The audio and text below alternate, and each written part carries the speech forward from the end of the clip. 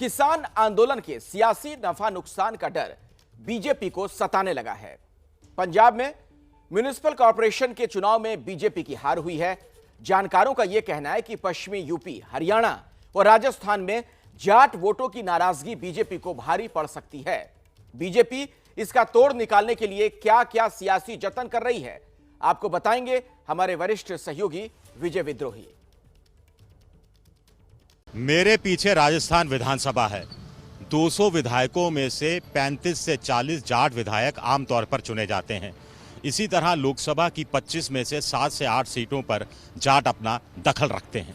पश्चिमी यूपी की 18 लोकसभा सीटों पर जाटों का दखल माना जाता है। हरियाणा की 90 विधानसभा सीटों में से 40 जाट वोटर्स के प्रभाव क्षेत्र में आती हैं। लोकसभा की सभी 10 सीटों पर जाट वोटर अपना दमखम रखता है। दिल्ली की 70 विधानसभा सीटों में से 10 जाट सीटें कहलाती हैं। 7 में से 2 लोकसभा सीट पर जाट वोटर निर्णायक असर रखते हैं। कुल मिलाकर पश्चिमी यूपी, राजस्थान, हरियाणा और दिल्ली को अखबारी भाषा में जाटलैंड कहा जाता है। इस जाटलैंड या जाट पट्टी में 40 लोकसभा सीटें ऐसी हैं जहां जाट वोटों के बगैर सीट निकाल पाना मुश्किल है। 2019 में इन 40 सीटों में से बीजेपी ने 30 से ज्यादा सीटें जीती थी। ऐसे में किसान आंदोलन के चलते बीजेपी को जाट वोट खोने का डर सताने लगा है। तो बीजेपी की समझ में आ रहा है कि जितना ये आंदोलन लंबा खिंचेगा उतना ही जो जाट वोटर है वो उससे दूर होता चला जाएगा। इसीलिए भारतीय जनता पार्टी ने अपने जाट नेताओं से कहा है कि वे खापों में जाएं, पंचायतों में जाएं और लोगों से बातचीत करें और कृषि कानूनों के बारे में उनकी जो गलतफहमियां या उनकी जो समझ है उस समझ को बदलने की कोशिश करें। लेकिन भाजपा ने इस काम में बहुत देर कर दी है। अब तक उनकी एक समझ बन चुकी है, उस समझ को केवल बातचीत के जरिए बदल पाना मुझे मुश्किल लग रहा है।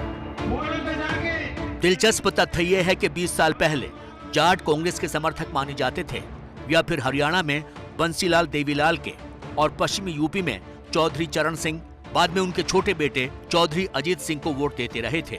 लेकिन 1999 के लोकसभा चुनावों में बीजेपी ने पासा पलट दिया।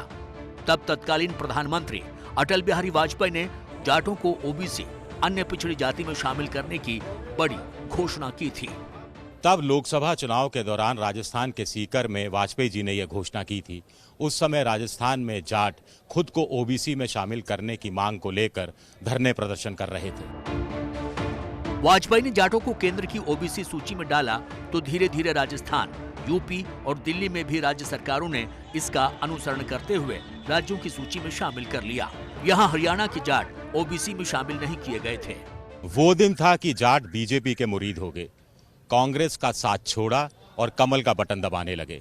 लेकिन अब लंबा खिंच रहा किसान आंदोलन बीजेपी नेताओं के माथे पर चिंता की लकीरें खींच रहा है। बीजेपी को सबसे ज्यादा चिंता यूपी की है, जहां अगले साल विधानसभा चुनाव होने हैं। उससे पहले पंचायत चुनाव होने हैं। गाजीपुर बॉर्डर पर बैठे किसानों में से करीब सभी पश्चिमी यूपी के हैं। इस जाट वोट बैंक को लुभाने के लिए राकेश टिकैत, अजीत सिंह, उनके बेटे जयंत चौधरी और यहाँ तक कि प्रियंका गांधी भी सक्रिय हो गई हैं। कोई खाप पंचायत कर रहा है तो कोई किसान सम्मेलन। इन खाप पंचायतों और किसान सम्मेलनों में उमड़ रही भीड़ बीजेपी को चिंता में डाल रही है। यहाँ की 44 विधानसभा सीटें शुद्ध रूप से जाट सीटें कहलाती हैं। इन 44 सीटों में से बीजेपी ने पिछले विधानसभा चुनावों में 37 सीटें जीती थी। इसी तरह लोकसभा की 9 जाट सीटों में से 7 पर कब्जा किया था। 2014 के लोकसभा चुनावों में तो सभी 9 सीटें जीती थीं। कुल मिलाकर बीजेपी को 75 से लेकर 90% तक जाटों ने वोट दिया था।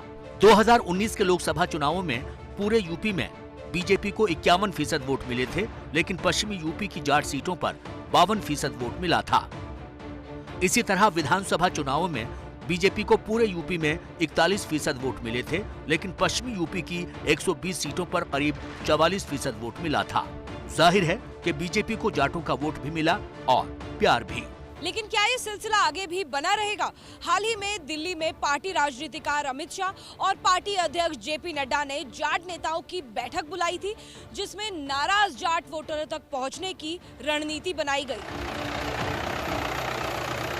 पश्चिमी यूपी में मोटे तौर पर गन्ना उत्पादक किसान हैं।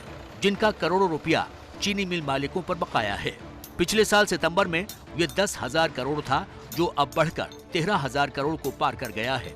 पता चला है कि बीजेपी 2 मोर्चों पर एक साथ काम करेगी। मोदी सरकार में पशुपालन राज्य मंत्री संजीव बालियान का कहना है कि खाप नेताओं से बीजेपी के जाट नेता मिलेंगे और उन्हें 3 कृषि कानूनों के बारे में बताएंगे कि कैसे ये कानून किसानों की जिंदगी बदल कर रख देंगे। तो गन्ना किसानों को उनका रुका हुआ पैसा जल्द से जल्द दिलाने की कोशिश की जाएगी। बीजेपी नेताओं का कहना है कि मायावती और अखिलेश यादव सरकारों के कुल 10 सालों में गन्ना किसानों को 1,47,000 करोड़ रुपए दिए गए थे, जबकि योगी सरकार ने अपने पौने 4 साल के कार्यकाल में ही 1.25 लाख करोड़ रुपए किसानों को चीनी मिल मालिकों से दिलवाए हैं। बीजेपी को लगता है कि बकाया भुगतान से जाट मान जाएंगे। गन्ना का बकाया पैसा तो मिलों को देना है, सरकार को मिल मालिकों के ऊपर दबाव डालना होगा। और वो गन्ना का बकाया पैसा थोड़ा बहुत 10-20 करोड़ या 100-200 करोड़ नहीं है, वो हजारों करोड़ रुपए में है। मेरे ख्याल से वो 10 या 12,000 करोड़ रुपए की रकम किसानों को मिल मालिकों द्वारा दी जानी है। इतनी रकम सरकार कैसे मिल मालिकों से उन्हें दिलवाएगी? ये तकरीबन असंभव है। ये धीरे धीरे कर बहुत ज़्यादा बातें जमा हो गई हैं, जिसका गुस्सा फूट रहा है। देश में जाटों की आबादी करीब 3.5 करोड़ बताई जाती है। इनमें से सबसे ज्यादा तादाद राजस्थान में है, करीब 1 करोड़ 10 लाख। लोकसभा की 7 से 8 सीटें और विधानसभा की 35 से 40 सीटों पर जाट अपना निर्णायक असर रखते हैं। राजस्थान में कभी नाथूराम मिर्धा, कभी परसराम मदेरणा, कभी बलराम जाखड़, कभी शीशराम ओला जैसे दिग्गज जाट नेता कांग्रेस में हुआ करते थे और कांग्रेस को भरपूर जाट वोट मिलता था। लेकिन पिछले 20 सालों में जाट बीजेपी की तरफ शिफ्ट हुए हैं। राजस्थान हरियाणा बॉर्डर पर शाहजहांपुर में बैठे किसानों की नाराजगी अब साफ दिखाई दे रही है। नागौर से सांसद हनुमान बेनीवाल ने तो एनडीए का साथ ही छोड़ दिया है। उनकी पार्टी आरएलपी का नागौर और बाड़मेर में अच्छा असर बताया जाता है। बेनीवाल अब किसान पंचायतें कर रहे हैं। ये धरना लगातार अनवरत चलता रहेगा जब तक किसानों की जीत नहीं हो जाती। अहिंसात्मक तरीके से आरएलपी पार्टी किसानों को न्याय दिलाने के लिए देश में साथ खड़ी है और प्रदेश को एक नई दिशा देने का पूरा प्रयास राष्ट्रीय लोकतांत्रिक पार्टी कर रही है। उधर किसानों की नाराजगी का सियासी लाभ उठाने के लिए राहुल गांधी हनुमानगढ़, श्रीगंगानगर, अजमेर और नागौर जिलों में किसान सम्मेलन कर चुके हैं। सचिन पायलट किसान सम्मेलन कर रहे हैं। राहुल गांधी समझ रहे हैं कि राजस्थान में जाटों में सेंध लगाने का इससे बेहतर मौका मिलने वाला नहीं है। वो किसी रैली में खाट पर बैठे, किसी रैली में ट्रैक्टर चलाया। एक रैली तो ट्रैक्टर रैली के अंदाज में की गई, जहां मंच भी 4 ट्रैक्टर ट्रॉली जोड़कर बनाया गया था और जाटों को लुभाने में कोई कौर कसर नहीं छोड़ी जा रही है। अब नरेंद्र मोदी जी ये कानून इसलिए लाए कि वो इस बिजनेस को हिंदुस्तान की 40% आबादी से छीनकर हिंदुस्तान के 2-3 सबसे बड़े उद्योगपतियों के हाथ में देना चाहते हैं। रास्ता साफ किया जा रहा है। किसानों को, मजदूरों को, व्यापारियों को, छोटे बिजनेस वालों को परे किया जा रहा है। सिर्फ हिंदुस्तान के 2-3 उद्योगपतियों के लिए रास्ता साफ किया जा रहा है। पिछले लोकसभा चुनावों में बीजेपी ने राजस्थान की सभी 25 सीटें लगातार दूसरी बार जीती थी।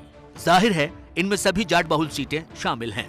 राजस्थान में आमतौर पर राजपूत और जाट एक साथ वोट नहीं करते हैं, लेकिन राष्ट्रवाद यानी जय जवान के नाम पर दोनों एक हुए, जो अब जय किसान के नाम पर छिटक भी सकते हैं। राष्ट्रवाद के नाम पर हरियाणा में भी जाटों ने बीजेपी को वोट दिया था। लोकसभा चुनावों में भी बीजेपी ने सभी 10 सीटें जीती थी। किसान तब भी नाराज थे, लेकिन पुलवामा के बाद जय जवान जय किसान के नारे ने असर दिखाया था। लोकसभा चुनावों में हरियाणा में बीजेपी को 59% वोट मिले थे, जो विधानसभा चुनावों में घटकर 37% ही रह गए। इसकी वजह जाटों की नाराजगी रही, जो ओबीसी में आरक्षण नहीं मिलने से गुस्सा थे।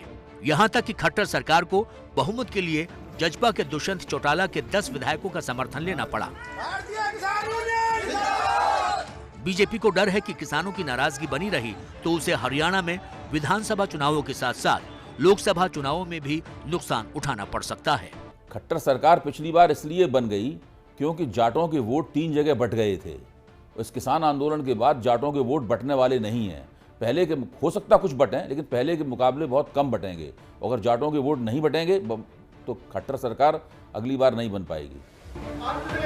कहा जाता है कि जाट पावर पॉलिटिक्स में यकीन रखते हैं, लेकिन मोदी सरकार में एक भी कैबिनेट स्तर का जाट मंत्री नहीं है। दोनों राज्य मंत्री हैं, संजीव बालियान और कैलाश चौधरी। जानकारों का कहना है कि जाटों का प्रतिनिधित्व बढ़ाने की जरूरत है।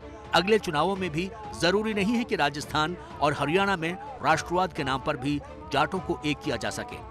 इसी तरह पश्चिमी यूपी में मुजफ्फरनगर दंगों के नाम पर जाट बनाम मुस्लिम का ध्रुवीकरण भी संभव नहीं है। ऐसे में किसान आंदोलन जितना लंबा खिंचेगा, उतना ही चुनावी नुकसान होने की आशंका बनी रहेगी। जरूरत है कोई बीच का रास्ता निकालने की। कुल मिलाकर जाट राजनीतिक, आर्थिक और सामाजिक रूप से बहुत प्रभावशाली रहे हैं, लेकिन पिछले 10 सालों में उनका रसूख कुछ घटा है। ऐसे में जाट किसान आंदोलन की सफलता में रसूख की वापसी देख रहे हैं। जाहिर है कि ऐसे में जो भी उनकी राह में आएगा, उनके खिलाफ उन्हें जाना ही होगा। बीजेपी इसे समझ भी रही है और पूरी गंभीरता से भी ले रही है। कैमरामैन गोविंद साहू के साथ विजय विद्रोही, जयपुर, एबीपी न्यूज़।